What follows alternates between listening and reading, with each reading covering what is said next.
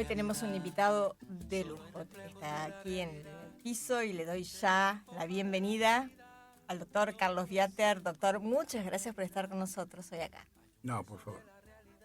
Doctor, mucho he recordado las distintas oportunidades que he hablado con usted con relación al tema de los violadores. Inclusive también hemos hablado con el doctor Marjan, quien nos explicó, el psiquiatra, quien nos explicó en reiteradas oportunidades que lamentablemente el violador no se lo puede corregir. Y esto viene a contracara de lo que estuvo pasando en estos últimos días con relación al juicio oral y público que se llevó por el asesinato de una joven de 18 años, que terminó reconociendo el violador que, bueno, él no la violó, ¿no? Pero sí que la mató. Tenía antecedentes. En su oportunidad, como suele ocurrir siempre en todos los casos, los jueces deciden después concederle la libertad. La pregunta que cabe es, usted tuvo un montón de casos, doctor, empezando por el caso Jimena Hernández. Usted recuerda, más usted lo recuerda mejor que nadie, ¿no? Correcto. Mejor que nadie. ¿Qué pasa con los jueces? Porque en reiteradas oportunidades vemos que recuperan la libertad, que pasa un tiempo y en este caso el violador vuelve a actuar.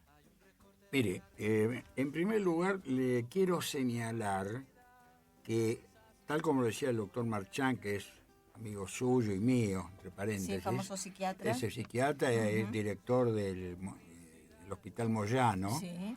Es un hombre de ya tan claro que acaba de regalarme a mí 2 tomos de psiquiatría que escribió con el doctor Monchablón, que es una obra que se está leyendo en toda Latinoamérica. Es un hombre realmente muy, muy capaz. Y hemos conversado muchas veces sobre este tema desde el punto de vista profesional y aparte, por la verdad, tengo una amistad muy, muy personal y muy cordial con él, ¿no? Y coincidimos los dos en lo siguiente. Son, digamos, el individuo violador, el violador, o el abusador, o el corruptor de menores, después, si quiere, discernimos las figuras, son prácticamente incurables. Así como existe una baja proporción en la curación de los drogadictos, en la misma forma, lamentablemente, existe una tremenda reincidencia por parte de todos estos sujetos. A tal nivel que hay hoy instalada una pugna, una disputa de tipo obviamente científica, que dice, por ejemplo, que los violadores son enfermos, que no pueden dominar esas pulsiones que tiene, y con lo cual están diciendo, bueno, lo vamos a internar, pero no lo vamos a condenar porque no puede reprimir esa pulsión sexual que tiene. Cosa que me parece una barbaridad, porque entramos en el terreno de permitir y ser garantistas de los delincuentes y no pensamos en la víctima. En Mendoza se intentó la castración química. Sí, ¿qué pasó? Que se acaba de dejar de lado porque no funciona. ¿Qué significa no funciona? No funciona lo siguiente. En primer lugar, en la medida que usted permanentemente le está administrando la droga inhibidora del deseo sexual, estando preso, sometido al régimen, la cosa más o menos va funcionando. Cuando sale en libertad, es muy difícil el control de esta persona, deja de tomar los inhibidores y vuelve a la felonía. Se habló de algo mucho más violento, sí, que eso va a horrorizar a su oyente, por ejemplo.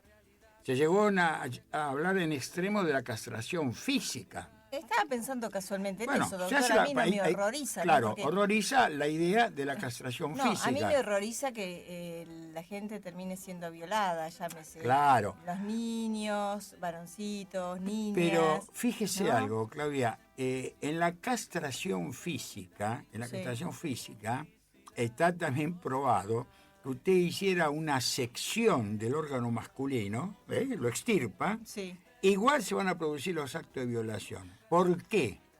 Porque en el violador subyace lo más importante. El instinto. El instinto y a ver cómo lo podría explicar, el deseo de manifestar su poderío, Es decir, yo soy el dueño, vos sos mi víctima. Yo soy el señor y vos sos la esclava. Yo voy a hacer con vos lo que quiero. Entonces, ¿qué ocurre? Esa sensación de dominio del violador con su víctima no pasa únicamente por el tema de la castración genital, porque hubo casos donde, por ejemplo, el violador era un impotente y, no quiero horrorizarla, pero la realidad, utilizaba una zanahoria para penetrar a la víctima, a una nenita o un nenito. O sea, es un tema muy, muy complejo. Lo que sí, hay una situación que es la siguiente. Cuando ocurre un hecho como este, usted mencionó que, si mal no recuerdo, es el caso Bracna, Sí, ¿no es señor. cierto? Hay una intencionalidad a veces de, digamos, cargar las tintas sobre los jueces. Y yo soy honesto, no soy defensor de los jueces, No. pero también es cierto que nunca olvidemos lo siguiente: el juez aplica la ley. Entonces acá llegamos al meollo de la cuestión, que es la siguiente. En realidad, lo que habría que reformar son, en principio, el Código de Procedimientos. Es decir, provincia de Buenos Aires, por ejemplo, tiene una figura que se llama la excarcelación extraordinaria, Sí. con la cual el juez tiene una facultad amplia de otorgar, digamos, las excarcelaciones, con lo cual, en definitiva, las penas no se terminan cumpliendo. Y continuamos aquí con la compañía, con la agradable compañía del doctor Carlos Viater. Y bueno, de las bengalas y del deporte y de la música pasamos al mundo lamentable, ¿no? De los hechos de violación, de lo que pasó con esta pobre niña Soledad, 18 años tenía. 19, creo que tiene 19 años, que no hace el caso. Pero bueno, Le abrió a su vecino. Claro. Claro, ¿quién se va a imaginar, no? Vivía en el piso de abajo, toca timbre, la chica estaba sola.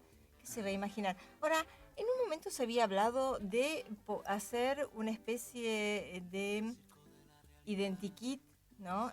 Para que en las comisarías, inclusive para que los vecinos tengan conocimiento quiénes son realmente los violadores. bueno, yo te comento. A ver, sí. si en mi edificio compra o ingresa un inquilino y ese hombre tiene antecedentes de violación, bueno, que todos los integrantes del consorcio estén enterados. ¿Qué pasó con eso? Bueno, yo te comento.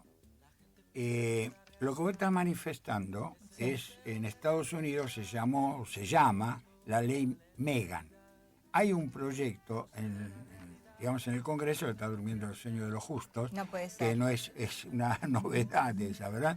La ley Megan precisamente prevé esa situación. La pugna que había era si no era, digamos, exteriorizar o exorcizar a un violador, etcétera, etcétera. La ley Megan dice que una persona que fue, digamos, condenada Sí. por un delito de abuso sexual, violación, corrupción o lo que fuera de un menor, en un caso de violación, cuando recupera la libertad y se muda, suponte aquí a Palermo, entonces hay una autorización para que los familiares distribuyan y peguen en las paredes, en los árboles.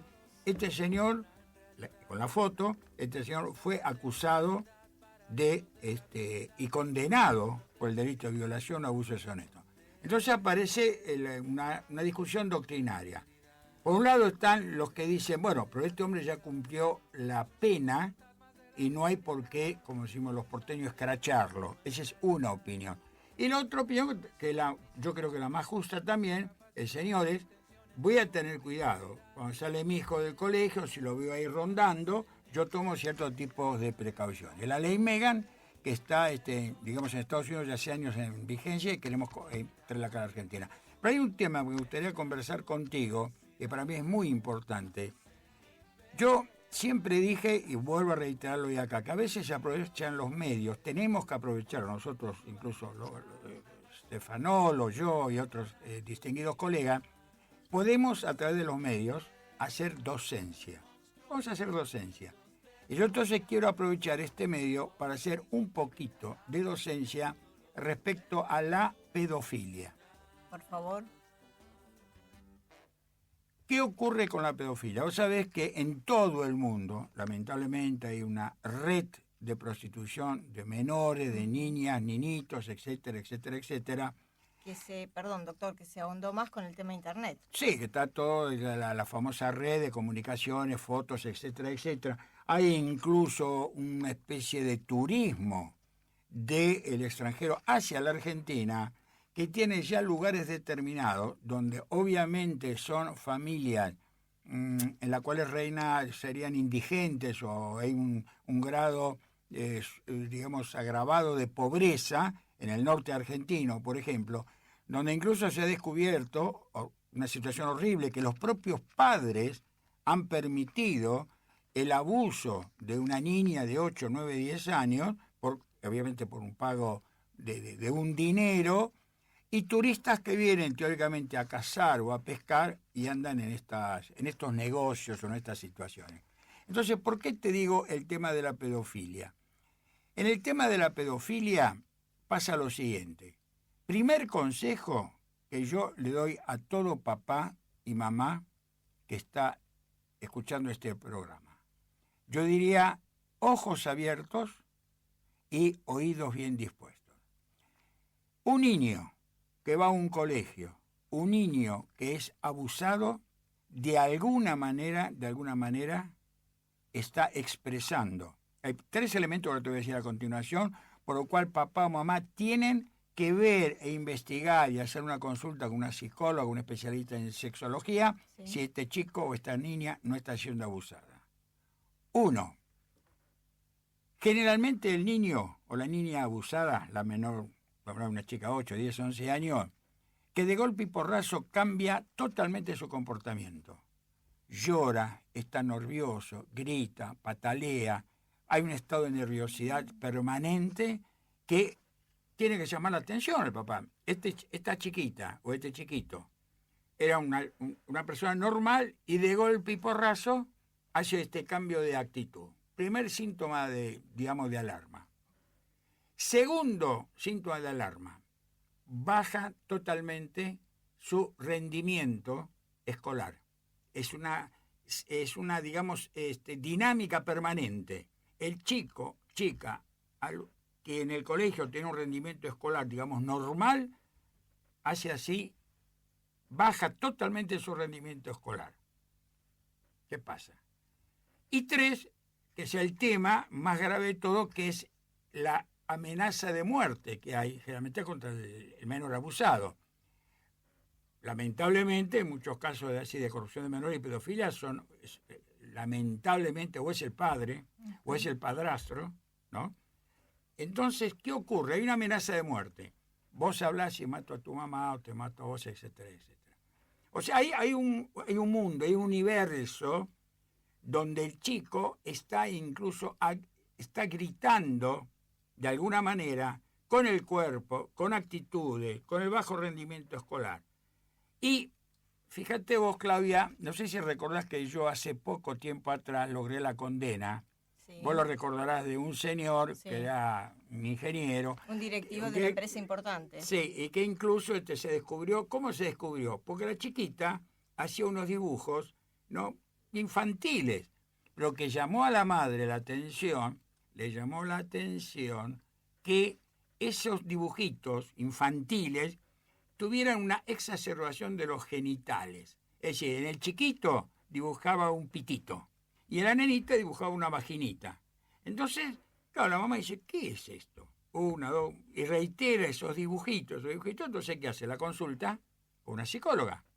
Y te digo más, es una psicóloga de esos, de la municipalidad, que están en los barrios, GP, no sé cómo se llama, bueno. Las comunas. Las comunas, hace una entrevista con la chiquita y rápidamente dice, mire, esta chiquita está siendo abusada. Fue el primer, paso que dimos en esta investigación. Y después llegamos a la culminación, juicio, etcétera, etcétera. Fue condenado a 12 años de prisión. Pero acá, ¿qué funcionó?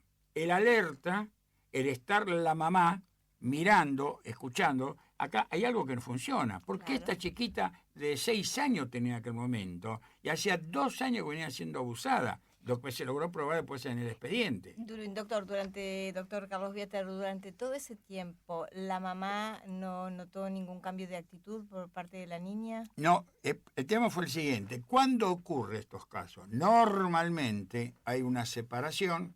Normalmente el padre, que retiraba a la niña con esas tenencias de fines de semana, de 2 días, donde aprovechaba para hacer la tropelía. Estamos hablando de un profesional, estamos hablando de una hija biológica de 6 años. Es un espanto lo que hizo. Esto me lleva, ustedes recordarán que hace poco una persona que fue condenada a 14 años de prisión, que abusaba de sus 2 hijitos varones biológicos de 5 y 6 años, y que se lo condenó a 14 años de prisión. Está en la calle. Ese es el tema. Es Perdón, una ¿para qué locura existe eso. la condena? ¿Para qué los jueces fallan, condenan y dicen tantos años si al final esos años no se cumplen? No entiendo por qué. Este caso es un caso que ha conmocionado a toda, digamos, al mundo penal, digamos, tanto judicial, fiscalía o penalista, nos ha conmovido porque resulta que lo ponen en libertad este señor porque los vecinos dijeron que es una buena persona, etcétera, etcétera, etcétera. Bueno, no sé cuánto puede ser de una persona, por Dios, que está abusando de sus 2 hijos varones de 5 o 6 años, con lo cual mereció una condena de 14 años. Yo no termino de entender. Hay situaciones que a veces los abogados no terminamos de entender, en favor o en contra. Voy a tirarme un poco más a la pileta, que mi estilo, y te voy a decir, Claudia, a mí me parece horrible que, por ejemplo, por más que hablemos de presunción de inocencia, habrá presunción de inocencia, etcétera, etcétera, etcétera, y el padre Graci no podría estar en la calle. No. Pues fue condenado ya a 15 años de prisión, sigue confirmado por la Cámara de Casación. ¿Por qué sigue en libertad? Y bueno, sigue en libertad. Realmente hay que reconocer una cosa, el mundo judicial está dividido entre los llamados supra o supergarantistas y los otros jueces, entre ellos los abogados, donde yo me ubico, de que no, tengamos una pena justa. Es decir, si este señor... Es decir, ¿cuál es la filosofía que subyace, de dónde nace el derecho del Estado para poner a la persona en prisión? Para separarlo del seno de la sociedad, claro. ¿Okay? Y proteger y lograr que de alguna manera no se cometa de nuevo el delito X. Encerramos al ladrón, al asesino, al violador, etcétera, etcétera. Entonces, dentro de este contexto hay fallos que realmente no se terminan de entender. Tengo entendido que la persona o el magistrado que dictó esta soltura, ¿no es cierto?, que está hasta ahí nomás prevista, no está tan... Es decir, a veces, lo que pasa es que en el mundo del derecho, a veces 1 más 1 no es 2, puede ser 3, 2,5, 4, cómo se quiere interpretar. Pero sí hay un tema que tengo que tocar, si vos me permitís, que es el tema político. Acá hay mucho de política. Hay un viejo dicho de un gran profesor, de un maestro del derecho, que decía que cuando la política entra por la puerta del tribunal, la justicia huye despavorida por la ventana. Y esa es una realidad. Y si no, vamos a hablar, yo siempre te comenté, claro, yo no tengo ninguna afiliación política, ciudadano argentino y nada más, ¿no? Pero realmente hay casos Casca, caso de la valija de Antonelli, bueno, infinidad de casos que van pasando los años. IBM, Banco Nación, ¿sabe cómo terminó la causa? Prescripción. Y claro, porque durmió el sueño de los justos. Entonces, realmente habría que hacer, y eso postulan muchos tratadistas, una reforma profunda del Código de Procedimiento. Yo me acuerdo del viejito Ilía, que decía, la Constitución no la toquen. ¿Quién quiere reformar la Constitución? Por Dios, decía, aplíquenla nada más. Y el derecho penal tiene normas muy concretas. Hay que cambiar el procedimiento. Es un procedimiento que se convierte en largo, en rutinario, y que realmente los abogados, y me incluyo, ojo, no soy el santo de la espada, yo me incluyo, hacemos uso de la figura de prescripción, y cuando vemos que una causa nos va a ir mal, empezamos a dar vuelta, y la ley nos permite hacer la famosa chicana, y apelo, y vuelvo a apelar, y vuelvo a apelar. Cuando queremos dar cuenta, pasaron los 4, 5, 6 años, se prescribió, y el individuo... Ejemplo, hoy aparecería el asesino de Jimena Hernández. Yo te digo, te traigo este tema a colación, porque en el caso de Jimena Hernández es una mochila, yo voy a cumplir dentro de poco 50 años de profesión. Sí. Es una mochila que llevo encima, porque luché 9 años por esta causa y la perdí. La perdí porque nunca logré, sabiendo quién es el autor, no logré probar, no logré que la justicia de alguna manera me acompañara. Era alguien conocido, Sí, alguien sí, que tenía era peso. La causa de Jimena Hernández, que lamentablemente entró la política, o se puede decir que entró la religión, yo diría más que la política, ¿no? Tomaditas de la mano dentro del colegio e impidieron que el violador, que siguió en libertad y que nunca conoció lo que son las rejas. Yo, y perdón, sería justo en este sentido. Hubo la mitad del colegio, de esta Sí. comunidad religiosa, que me apoyó plenamente. Tengo que reconocerlo. Me acuerdo incluso de los Dátoli, que vos lo desubicar, Sí, sí. tenían sus El hijos, doctor Dátoli, me sí. apoyaron totalmente en esta situación. ¿Y otros? Y otra parte del colegio no. Me querían, bueno, llevar a Torquemada, con la crucificación y todo lo que vos quieras, ¿no? Más aún siendo yo judío, ¿no? Entre paréntesis. Sí. Pero tengo que reconocer que parte de la comunidad religiosa me apoyó totalmente. Ahora, volviendo a la prescripción que yo te comentaba antes, que mi Sí. mochila, hoy se presenta el asesino de Jimena Hernández, yo sé quién es, entre paréntesis, y puede venir a este estudio tranquilamente y decir, señores, yo maté a Jimena Hernández, y no puedo hacer nada porque prescribió. Doctor Carlos Viater, para poder sintetizar el tema de la política y la justicia y la injusticia para quienes están esperando que se haga justicia, ¿no? Juego de palabras, pero es la realidad. ¿Qué se les dice a la gente? ¿Qué se le dice a la gente? A mí me gustaría, por sobre todas las cosas, volver a insistir lo que dije antes, que en los casos de abuso, Sí. siempre vamos a encontrar al abusado, al niño, a la niña, gritando socorro, que algo le está pasando, no obstante su amenaza en dos actitudes corporales. Por favor, insisto con esto. Papá, mamá, ojos abiertos, oídos bien dispuestos. Esto tampoco quiere decir que entremos en una paranoia. Yo en un momento también dije, di un ejemplo, y después tuve lío con los maestros, ¿no? Si a mí viene un nenito de 3, 4 años y me dice que el profesor de educación física o natación permanentemente ico, caballito, mucho a mí no me gusta. Ojo, me llamaron los maestros indignados, yo no acuso a nadie. Lo único que digo, que tengamos cuidado, pues la criatura es una inocente personita de 4 o 5 años, no entiende de esto. Entonces, estemos atentos. Maestros, enseñen, pero no toquen a los chicos, porque no tienen nada que tocar. Las manitos guardaditas en los bolsillos. Exacto. Ojo, eso no quiere decir la paranoia y que no se sientan afectados los no maestros. tienen por qué tocar. Es un ejemplo que di nada más, que aunque sea uno en 1.000.000, no interesa, pero con que la madre, papá estén bien despiertos, realmente van a evitar un mal terrible y tremendo de muy difícil recuperación. Y que aprendan a creer en los chicos, ¿no? Porque a veces los padres dicen, uy, está inventando, y no es así. Doctor Carlos Viater, muchísimas gracias por venir a nuestro programa aquí al estudio de Radio Palermo, ubicado en Ravignani 1732.